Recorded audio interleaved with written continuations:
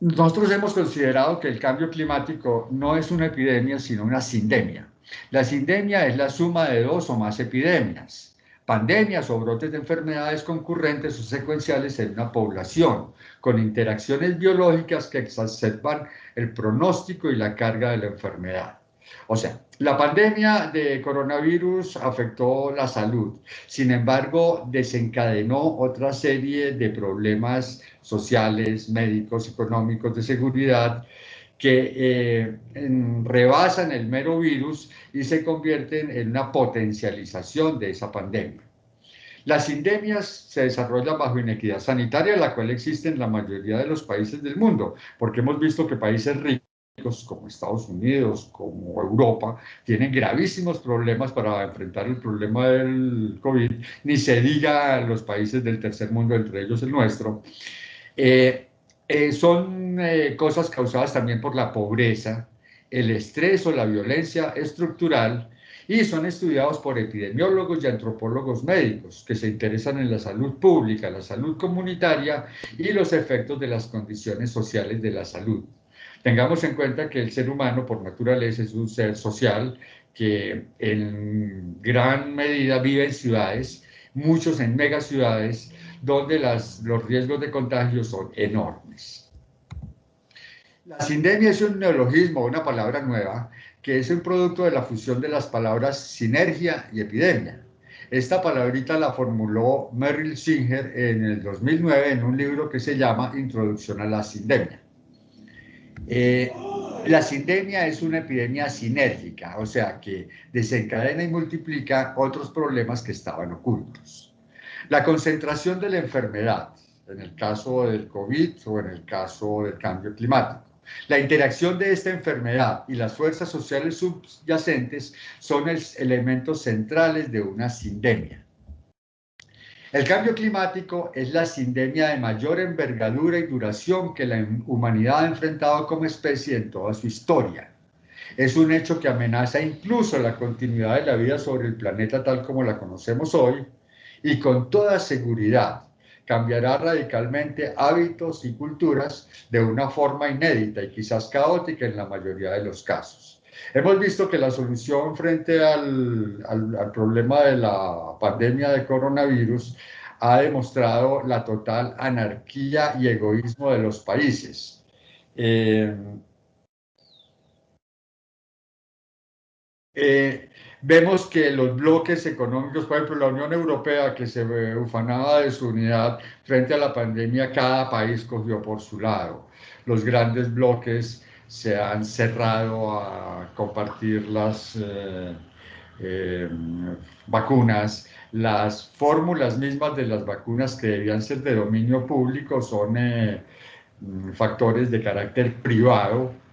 Entonces, si frente a una epidemia relativamente controlable, con una cantidad enorme de muertos, 2,5 millones llevamos en todo el mundo, sigue siendo una pequeña muestra de lo que nos puede ocurrir cuando el cambio climático se enseñoree en el planeta y nuestra sociedad no haya ni asumido elementos para su mitigación, ni haya cambiado los memes para su adaptación. Hay una película muy interesante que se llama Los Vengadores, donde el villano era Sean Connery, se desarrolla en el Reino Unido, en Londres específicamente. Tengamos en cuenta que los británicos normalmente hablan del té y del clima todo el tiempo. Y hay una frase muy interesante de la película que dice que siempre hablamos del clima, pero no sabemos nada de él. En esta película, un poco pues, de ciencia ficción, se presenta un villano que ha logrado una tecnología para controlar el clima. No sé si es el HARP o es otro tipo de tecnología, sin embargo el tipo logra chantajear a los grandes poderes mundiales con o me dan dinero o les enloquezco el clima. Es una, digamos, anécdota, valdría la pena que ustedes vieran la película. De todas maneras, hay otra película que se llama Los Vengadores, que es de los superhéroes de Marvel, que eclipsó Los Vengadores de los años 80, que es una cinta de enorme, o sea, un contenido muy interesante para analizar los problemas de cambio climático. Greta Thunberg Dice una figura mediática que supongo que todos la hemos visto. Dice, pregunta, ¿seremos capaces de corregir el rumbo actual de autodestrucción? Porque son los sufrimientos de muchos los que pagan el lujo de unos pocos. Dice Greta, ustedes dicen que aman a sus hijos por encima de todo, pero les están robando su futuro ante sus propios ojos. Estas son palabras de Greta ante la Cumbre del Clima de las Naciones Unidas en el 2018. Cambio climático, ¿qué es? Es la variación global del clima de la Tierra, con cambios a muy diversas escalas temporales y sobre todo los parámetros climáticos, la temperatura, las precipitaciones, la nubosidad, etcétera, fenómenos que son debidos a causas naturales y en los últimos 2 siglos también a la acción de la humanidad. Podemos decir que el cambio climático es una alteración multicausal, donde inciden eventos naturales, cósmicos y planetarios, así como fenómenos antrópicos o de origen humano. O sea, el cambio climático ha estado presente durante toda la evolución del planeta. Sin embargo, en los últimos 200 años, y ya llegaremos a eso, se ha presentado un incremento espasmódico de los indicadores que están alertando de que nuestra acción, básicamente con gases de efecto invernadero, está alterando el clima, calentando el planeta y generando una crisis ambiental en medio de la sexta extinción masiva. Ustedes vieron en la primera conferencia del profesor Álvaro Vallejo, que él nos habló que habían existido 5 grandes extinciones masivas en la historia del planeta y que estamos en la mitad de la sexta extinción masiva. La disonancia cognitiva nos puede llevar a pensar que al igual que la persona quejada por una enfermedad terminal, reaccionamos igual frente al cambio climático con una dinámica por parte de las sociedades afectadas. Primero, negamos la existencia del problema. Eso es falso, son falsas alarmas, los datos no son confiables. Sin embargo, luego ante la avalancha de evidencia llega la ira y el enfado, buscando culpables de la situación y evadiendo la responsabilidad propia. Después, ante la ineficacia de la rabia viene la negociación. Bueno, vamos a hacer algo. Si yo hago esto, que pase aquello. Formulita que tampoco funciona. Situación que lleva a la depresión y al hedonismo hasta que después de muchas vueltas y sufrimientos morales, dudas, ambivalencias, se llega a la aceptación de los hechos, en el caso de la enfermedad, que significa la muerte, y en el caso del planeta puede ser la extinción masiva de la vida sobre la Tierra, por lo menos de la vida humana. Ha ocurrido con miles de millones de individuos este problema, pero ahora el tema es un fenómeno social masivo de extinción. ¿Quién estudia el cambio climático? Entonces, ¿quién es la autoridad que nos dice que hay un problema que ocurre por estas razones? Es el Grupo Intergubernamental de Expertos sobre Cambio Climático, que en muchos casos conocemos de manera coloquial como el Panel Intergubernamental de Cambio Climático. Este organismo pues depende de Naciones Unidas.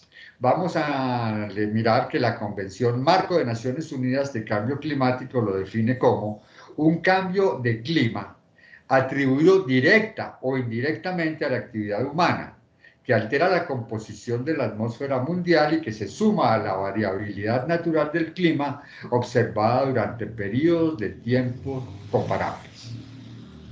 Este organismo, que comenzó labores en 1988, ha preparado 5 informes de evaluación. Hoy se estaba preparando y a punto de publicar el sexto documento de evaluación sobre cambio climático. Entonces, en nuestra situación el dilema clave es hoy, vida o extinción. Si continuamos con los hábitos de producción y de consumo que han caracterizado el planeta, por lo menos en los últimos 150 años, estamos seguros que la ruta es de extinción. Conservar la vida, fomentarla, mantenerla, respetarla, implica un importante cambio de paradigmas, tanto de carácter individual como de carácter social y político. En el 2007, la acción del panel intergubernamental de cambio climático recibió junto al vicepresidente de Estados Unidos, Albert Gore, el Premio Nobel de la Paz por su labor en materia de cambio climático. Hay una película que produjo Al Gore que se llama Una verdad incómoda, una película pues recomendada. Siempre que veamos películas, tengamos en cuenta el origen, la fuente de financiación y la base ideológica que representa tal producción. Sin embargo, es una película que generó una gran controversia mundial, que abrió la puerta al mercado de carne, del cual hablaremos en este diplomado más adelante a profundidad, porque además tenemos una conferencia del líder de Azocarbono en Colombia. Pero entonces, bueno, sigamos en nuestro cuento. Albert Gore obtuvo un premio Nobel, obtuvo muchísimo dinero por su invento y generó alguna conciencia, pero Estados Unidos sigue siendo junto a la China y a la India, uno de los grandes emisores de gases de efecto invernadero, a pesar de la presidencia de la vicepresidencia de Albert Gore con su premio Nobel de Paz. El secretario general de la ONU, quizás la persona con mayor reconocimiento global desde los organismos multilaterales, ha expresado unos conceptos muy graves, como por ejemplo que hace falta tomar ya decisiones importantes para limitar las emisiones causantes de efecto invernadero. Sin embargo, si miramos Medellín y Colombia y el occidente y oriente, estamos cada día produciendo más automóviles basados en combustibles fósiles, y el anhelo de todo colombiano, de todo africano, de todo asiático es tener un coche propio. Entonces, en Medellín somos a veces muy agradables, muy chistosos. El colombiano publicaba en estos días un artículo muy elegante que decía que se aumenta la flota eléctrica en Medellín, que ya tenemos 250 vehículos eléctricos frente a 1.800.000 vehículos a partir de gasolina o diésel. Entonces, son verdades disfrazadas, son mentiras extendidas, que nos tranquilizan. Ya están llegando los carros eléctricos a Medellín, ya no hay problema. Dice don Antonio Guterres que los últimos 5 años han sido los más cálidos a nivel global desde que hay registros, y la concentración de CO2 en la atmósfera alcanzó récords históricos. Sin el compromiso, añade Guterres, pleno de los grandes emisores, todos nuestros esfuerzos quedarán completamente socavados. ¿Quiénes son los grandes emisores? Los grandes países. Ya dijimos que Estados Unidos, China, República Popular China, la India y algunas economías emergentes como puede ser Oriente Medio, como puede ser Rusia, están generando emisiones a la lata. Me perdonan la expresión, pero no hay otro concepto. China dice que listo, en el 2050 yo me bajo a 0 emisiones, pero es que en el 2050 el daño ya está hecho. Ya hoy, en el 2021, el daño está gravísimo, pero si esperamos, es como el tipo que dice: usted tiene cáncer, tiene que dejar de fumar. Listo, yo me voy a fumar el último. Y así pasan años fumándose el último. Lo mismo hacen los grandes emisores de CO2. Por último, don Antonio Gutiérrez dice que si no cambiamos urgentemente nuestro modo de vida, ponemos en peligro la vida misma. Hue Sun Lee, un surcoreano, es el director del Grupo Intergubernamental de Expertos sobre Cambio Climático, el tal panel intergubernamental que conocemos nosotros. El señor Lee dice que el aumento de la temperatura amenazará nuestra existencia sobre este planeta. Hay unos utopistas que dicen que listo, nos vamos para otro planeta. Una cosa pues como muy improbable, salvo para ultra ricos. Nuestros informes, dice el señor Lee, indican que los impactos del calentamiento son mucho más graves que lo que pensábamos antes. E insiste que es necesaria una reducción inmediata de las emisiones de efecto invernadero si queremos estabilizar el clima. Carbón, petróleo, gas natural son agentes que desestabilizan el clima global. El aporte humano al efecto invernadero es esencial. El efecto invernadero desempeña un papel esencial en la vida de la Tierra, porque retiene el calor del Sol en la atmósfera terrestre, lo cual es esencial para la vida sobre este planeta. Si no existiera esa capa de gases, el planeta sería demasiado frío y la vida, como hoy la conocemos, no podría sustentarse. Entonces, el efecto invernadero ha sido una garantía de la evolución de la vida en la Tierra.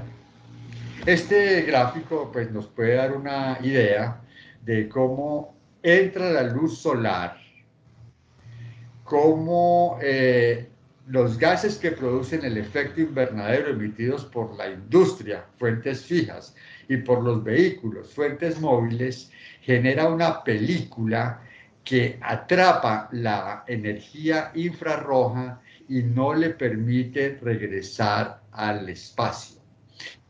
Hay un símil muy interesante para entender el efecto invernadero, que ya se los voy a contar, pero entonces, el aumento de los gases de efecto invernadero, GEI, para futuros clases de este diplomado, cuando hablemos de GEI, entendamos que es gases de efecto invernadero. Estos gases, el aumento de la emisión de estos gases ha provocado una intensificación del fenómeno del cambio climático y el consecuente aumento de la temperatura global, el derretimiento de los hielos polares y el aumento sostenido y amenazante del nivel de los océanos. Los gases de efecto invernadero son gases liberados, entre otros, en proceso.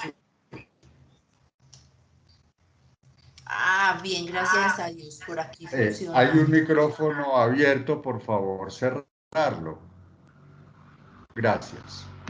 Decía que los gases de efecto invernadero son gases liberados en procesos de una economía basada en el combustible fósil. Tengamos en cuenta que la economía mundial está determinada por el combustible fósil, que el petróleo más que un combustible es un arma geopolítica y que el dólar o petrodólar, como se le conoce en el negocio de combustibles, es el que ha manejado el mundo desde 1945. Dióxido de carbono es un gas de efecto invernadero, se emite principalmente por el consumo de combustibles fósiles para generar energía.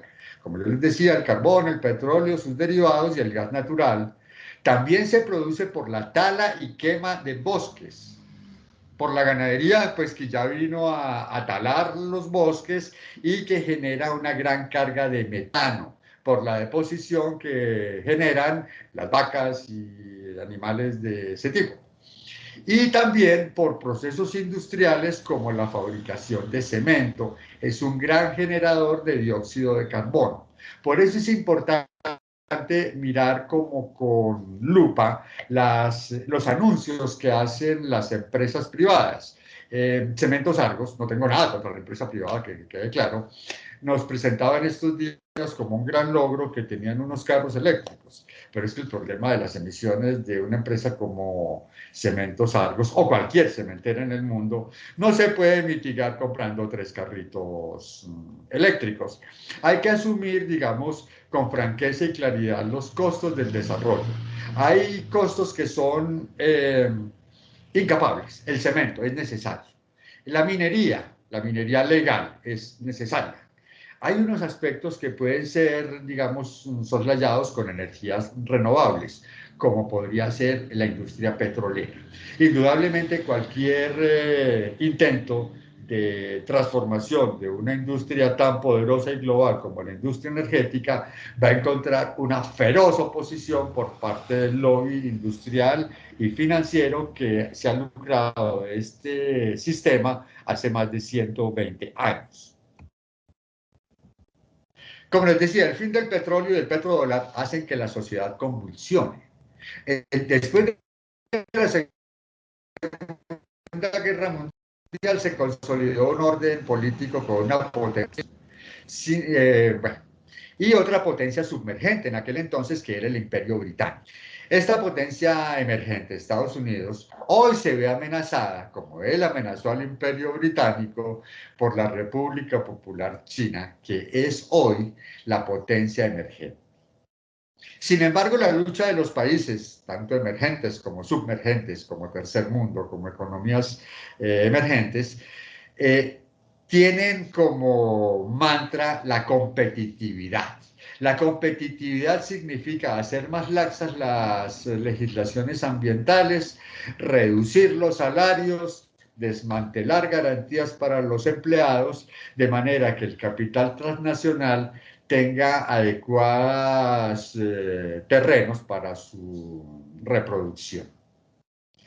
La agenda ambiental ha estado tradicionalmente relegada frente a la agenda económica y, por supuesto, a la agenda geopolítica. Entonces, para cualquier país es imprescindible la independencia energética, pero asimismo, las fuentes de energía de esa soberanía deben ser renovables, limpias y producidas con independencia tecnológica y financiera. Si hacemos esa pregunta a nuestra industria nacional, Ecopetrol y sus distribuidores, vemos que la respuesta no es muy halagüeña. El metano es un gas incoloro, inflamable y no tóxico que se produce de forma natural por la descomposición de la materia orgánica. Aquí vemos que aparte de CO2, la deposición del ganado genera metano. Los humedales, el ganado y la generación de energía con base en hidroeléctricas son las principales fuentes que emiten metano a la atmósfera, donde es recordar algo que debe estar fresco en la mente de nosotros los antioqueños, y es Hidroituango. Uno de los errores cometidos por los constructores de Hidroituango para aumentar el ritmo de trabajo y poder entrar a generar energía en una fecha demasiado optimista, tuvo que ver con la zona inundable por la represa. Resulta que para que una represa funcione hay que remover la capa vegetal de la zona inundable. Pues resulta que los señores de Hidroituango no lo hicieron. No sabemos si fue Hidroituango, si fueron los contratistas, si fue una cosa concertada, si fue un salto al vacío como hacer un túnel de desviación sin licencia ambiental. Esos son los organismos de control y de investigación los que nos tienen que dar esas respuestas. Sin embargo, el hecho claro es que se inundó la zona de la represa sin remover la cobertura vegetal. Eso es una enorme fábrica de metano que creo que no ha sido inventariada en los costos ambientales que genera la construcción de la represa de Hidroituango. El óxido nitroso o gas de la risa, el N2O, es emitido por actividades agrícolas, específicamente por aplicación de fertilizantes y cultivos de bajo riego, cultivos de arroz, por ejemplo, y también por cambios en el uso de la tierra y otras. Tengamos en cuenta que los fertilizantes de carácter industrial están motivados por la revolución verde, un tema que vamos a desarrollar en el diplomado y que es bien interesante, pues esta tal revolución verde, amparada en el DLC, ha logrado en Colombia criminalizar las semillas nativas y privilegiar exclusivamente las semillas mejoradas, que tienen una marca registrada, que tienen derechos de autor y que obligan al agricultor no solo a adquirir las semillas, sino a adquirir todo el sistema complementario de fungicidas, fertilizantes y venenos sin ninguna garantía y, fundamentalmente, a expensas de la soberanía alimentaria de las comunidades nativas. El óxido nitroso es el tercer gas de efecto invernadero de larga duración más importante. Esto agota sustancialmente la capa de ozono. Ya hablaremos de la capa de ozono, del hueco de la capa de ozono en la Antártida, de una serie de acuerdos internacionales que supuestamente resolvieron ese problema. Sin embargo, no olvidemos que el óxido nitroso es otro gas de efecto invernadero. Algo tan inocente como el vapor de agua, el H2O, que es indoloro e incoloro, que además es responsable de la humedad ambiental, también se convierte en un gas de efecto invernadero. El vapor de agua es el gas formado cuando el agua pasa del estado líquido a un estado gaseoso. Por último, las partículas de sulfato SO4 a la 2 es una sal de ácido sulfúrico. Aerosoles, partículas microscópicas, quema de combustibles fósiles y quema de biomasa que contiene azufre aumenta la acidez de la atmósfera y provoca lluvia ácida. Tengamos en cuenta que los grandes incendios de la Amazonia son una enorme fábrica de partículas de sulfato, y siendo la Amazonia un tesoro compartido por varios países, tiene el problema que no tiene un doliente definido. El gobierno del presidente Bolsonaro en Brasil, negacionista del cambio climático, negacionista del COVID, ha sido pues muy malo para el medio ambiente. Sin embargo, parte en Colombia también la deforestación, tanto de la Amazonia como de zonas de la Orinoquía, de las altas montañas, es inevitable y creciente.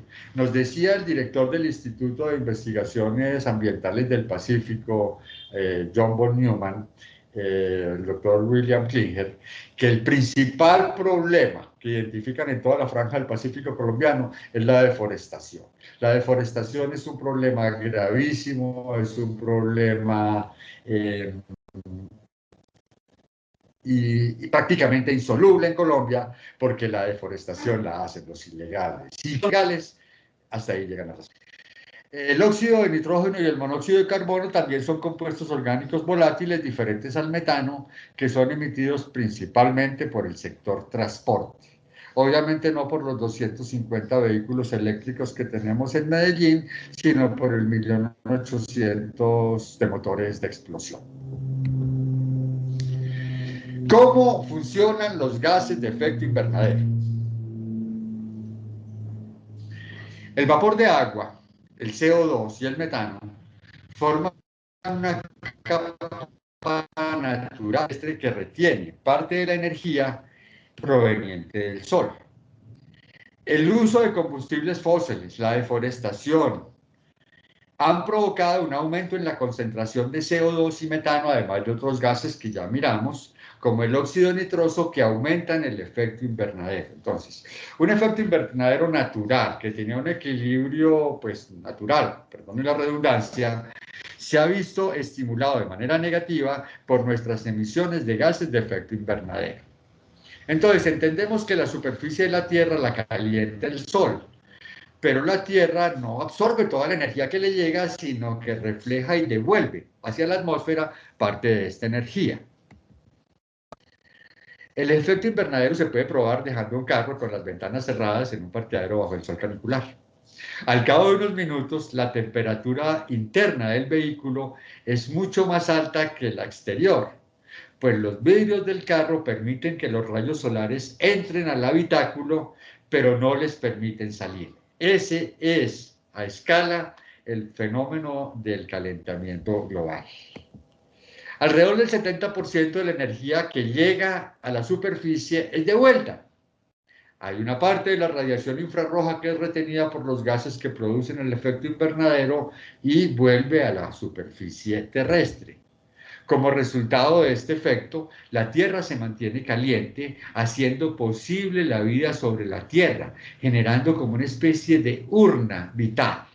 De no existir este fenómeno, las fluctuaciones climáticas serían intolerables, como puede ser, por ejemplo, las temperaturas en Marte, que nos dicen que pasan la noche marciana de un frío extremo al día marciano de un calor extremo. Sin embargo, una pequeña variación en el balance delicado de esta urna de temperatura global puede causar graves estragos. En los últimos 100 años, la Tierra ha registrado un aumento entre 0,4 y 0,8 grados centígrados en su temperatura promedio. Bueno, hablemos algo de revolución verde. Aquí hay un concepto, un adjetivo calificativo mío, cuando yo digo que es un nefasto proceso de privatización de las fuentes agrícolas de alimentación tradicional. Esta revolución verde fue implantada en los años 70 del siglo pasado y se trata de sustituir semillas tradicionales, semillas milenarias, semillas muy variadas, por un pequeño grupo de semillas genéticamente manipuladas, atadas a un sistema de agroquímicos y fertilizantes que agotan el suelo, envenenan las aguas, pero generan enormes utilidades a los poseedores de las patentes.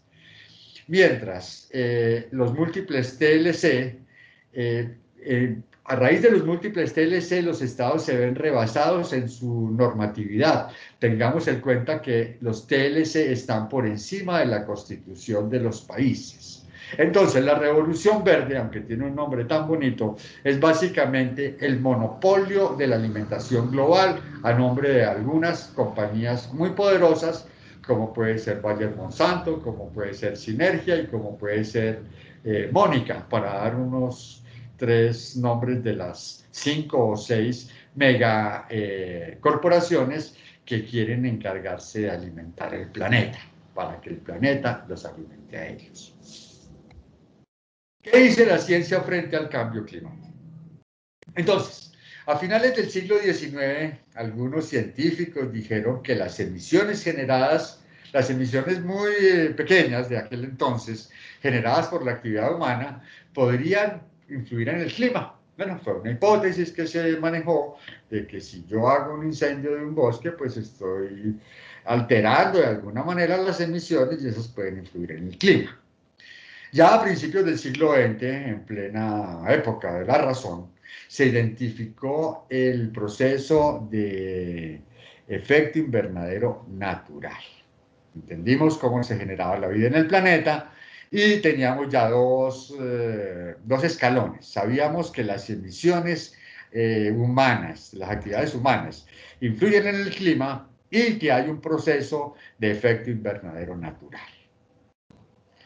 El avance en la investigación mediante modelos matemáticos, que es como la estructura fundante de la ciencia y del método científico, confirma la teoría de Milanovich sobre las épocas glaciares, determinando que el efecto invernadero estuvo directamente involucrado en la mayoría de cambios climáticos y que, además, las emisiones humanas aceleran el cambio climático que nos amenaza y del cual ya estamos viviendo sus primeras y tímidas manifestaciones.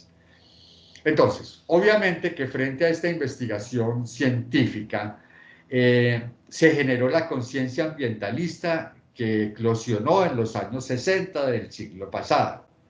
Este punto de vista fue combatido o es combatido furiosamente por el lobby minero energético que a través de una matriz de opinión multisectorial generosamente promocionada por los grandes medios de comunicación, trata de hacernos creer que aquí no pasa nada. Tengamos en cuenta que la extinción de una especie es para siempre. Esa idea de parque jurásico, de que podemos reconstruir los dinosaurios, pues tiene más de ficción que de ciencia.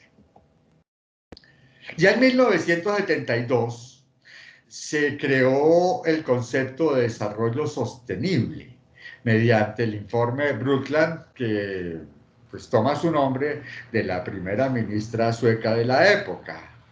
El desarrollo sostenible lo que quiere es satisfacer las necesidades del presente, de hoy, sin que comprometamos la capacidad de las futuras generaciones, de mis hijos, de mis nietos, de mis bisnietos, garantizando el equilibrio entre crecimiento económico, el cuidado del medio ambiente y el bienestar social. 1972. Ya en 1988 se creó el panel, el Grupo Intergubernamental de Expertos sobre Cambio Climático, una organización dependiente de Naciones Unidas, con el objetivo de facilitar evaluaciones integrales del estado de los conocimientos científicos, técnicos y socioeconómicos sobre el cambio climático, sus causas, posibles repercusiones y estrategias de respuesta.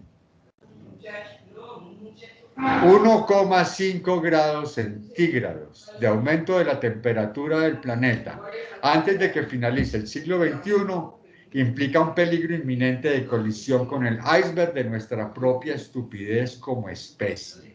Sabemos lo que nos puede ocurrir, vemos las señales crecientes, pero nuestra disonancia cognitiva nos permite ignorar. Este es el momento de disyuntiva más importante en la historia de la humanidad. O hay una reconversión profunda en todas nuestras memes o fracasamos como especie. Hablemos algo del reloj del apocalipsis o reloj del fin del mundo. Este reloj fue creado en 1947 luego de que los Estados Unidos arrojaran 2 bombas atómicas sobre ciudades japonesas, en Hiroshima y en Nagasaki. Fue creado el reloj del apocalipsis por el Boletín de Científicos Atómicos de la Universidad de Chicago, Estados Unidos. Este reloj usa la analogía de la especie humana estando siempre a minutos de la medianoche, donde la medianoche significa la destrucción total y catastrófica de la humanidad. Originalmente la analogía representaba la amenaza de guerra nuclear global. Actualmente también incluye cambios climáticos y todo nuevo desarrollo en las ciencias que pudiera infligir algún daño irreparable. A principios de este año, enero del 2021, el reloj del apocalipsis señaló que la inequidad planetaria, la proliferación de armas nucleares, el cambio climático y la comunicación contaminada de las redes sociales ubican el reloj antes de la pandemia a 100 segundos del fin del mundo. Bueno, hablemos algo como último tema de esta reunión del pensamiento ambiental. ¿De dónde resultó el pensamiento ambiental y cuáles son sus principales pilares y cuáles son sus perspectivas?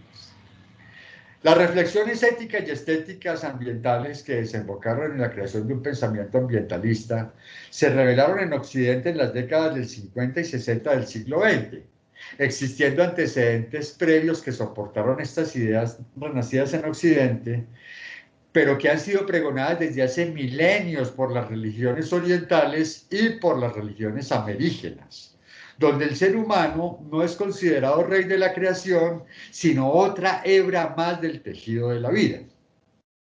Así también, la investigación científica a partir de 1945 coincide plenamente con esta conciencia de integralidad cósmica y planetaria, con los datos y conceptos que sustentan el cambio climático provienen de la exploración espacial, de los centros de investigación nuclear, de algunos gobiernos, de las Naciones Unidas y de las más importantes universidades y centros de investigación del planeta.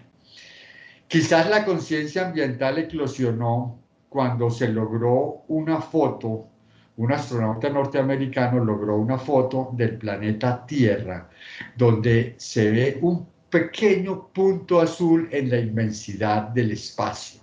Eso nos viene a demostrar que nuestro planeta es finito, que no tenemos recursos ilimitados, que la utopía del crecimiento económico ilimitado es otra falacia y que la única solución para poder mantener, fomentar la buena vida sobre la Tierra parte de la creación de la conciencia de nuestros propios límites como especie. Como antecedentes y actos formales, tenemos que las sociedades paganas tenían una relación integral e integradora entre hombre y naturaleza. Estaban mucho más cerca de la comunión cuántica con la naturaleza que las visiones judeocristianas de las 3 religiones más importantes, judaísmo, cristianismo y el islam, donde el hombre es el rey de la creación. Hablemos un poquito de la organización humana. Para hacer frente a las crisis globales, en 1945, después de la Segunda Guerra Mundial, donde Rusia fundamentalmente ganó la guerra, acompañada de Estados Unidos, Inglaterra y otros países tercerones, pero Rusia fue quien ganó la guerra a la Alemania nazi. Se creó la Organización de Naciones Unidas. Ya había existido una fracasada versión de la Liga de las Naciones o Sociedad de las Naciones, que fue incapaz de enfrentar la crisis generada por las causas que llevaron a la Segunda Guerra Mundial. Ante la pandemia del COVID-19, las voces de la Organización Mundial de la Salud, agencia de la ONU para el tema de salud en el mundo, ha sido cuestionada, ignorada, controvertida, culpabilizada por ciertos líderes y regímenes en medio de la pugna China de Estados Unidos por la preeminencia global y la carrera de las farmacéuticas para lograr la vacuna o tratamiento efectivo contra el coronavirus. Mientras el mundo se debate en medio de una pandemia financiera inédita en el capitalismo. Recordemos que hay una pugna entre un país emergente, una gran potencia que es la China, y una gran potencia submergente, Estados Unidos. Esta disputa genera nuevos riesgos en la estabilidad global. Entonces, la ONU ha desteñido su voz ante la pandemia, nadie le para bolas. Usted pregunta quién es el secretario general de Naciones Unidas y de 10 personas, 9 no saben. La OMS ha sido acusada, vilipendiada y sin pruebas de ser la culpable de la misma. O sea, quien grita incendio es el culpable del incendio, no necesariamente. Es claro que a la sombra de las pandemias florecen los autoritarismos, el gobierno por decreto, la anarquía, los contratos confidenciales y secretos, las leyes de excepción y la violación de derechos humanos y de derechos ambientales, amparados en las pandemias. Como pilar del pensamiento ambiental occidental, vamos a mirar la vida de Henry David Thoreau, un señor de Estados Unidos que nació en Massachusetts en 1817. El tipo dijo que en vez de amor, de dinero, de fama, quería la verdad.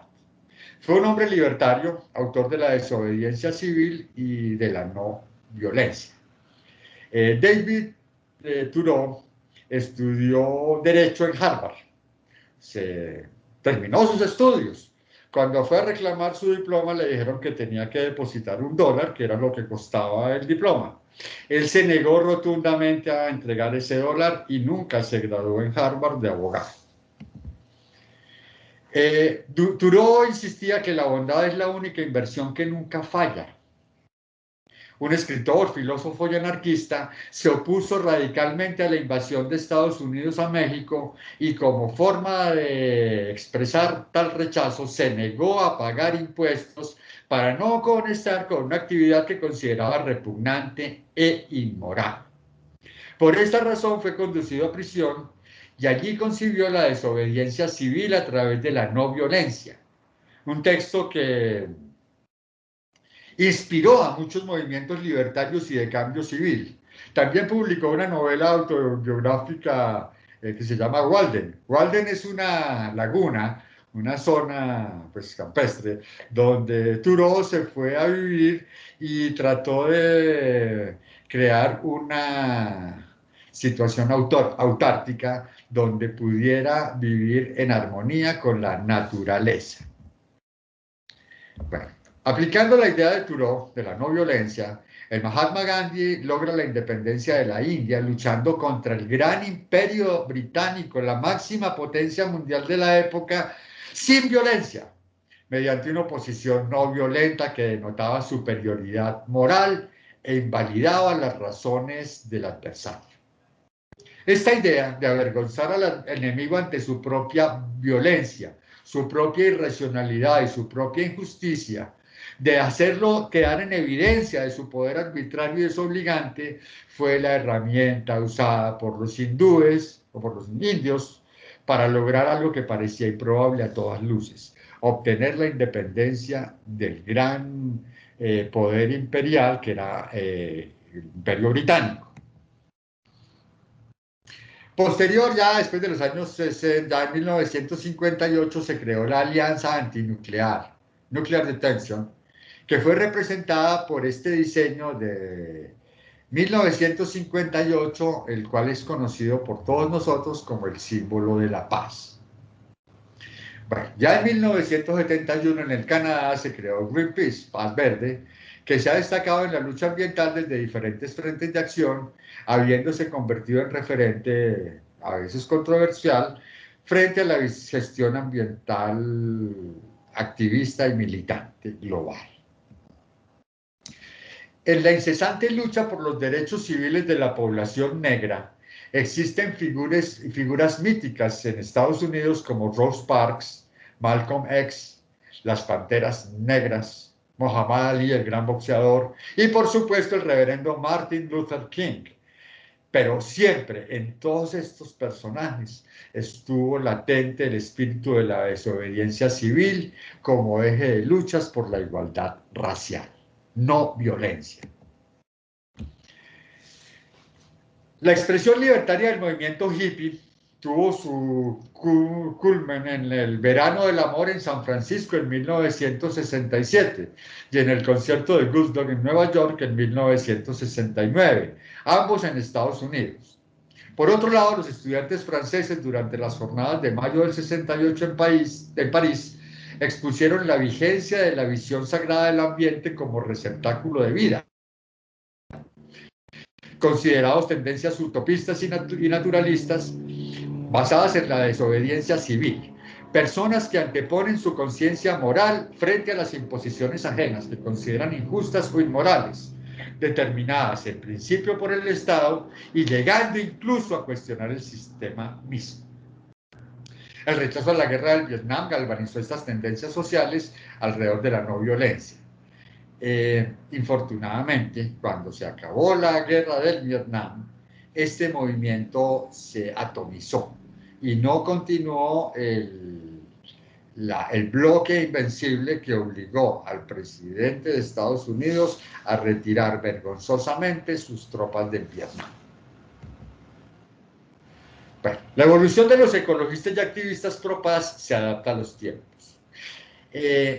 Hay que tener muy claro que podemos estar siendo instrumentalizados de manera inconsciente.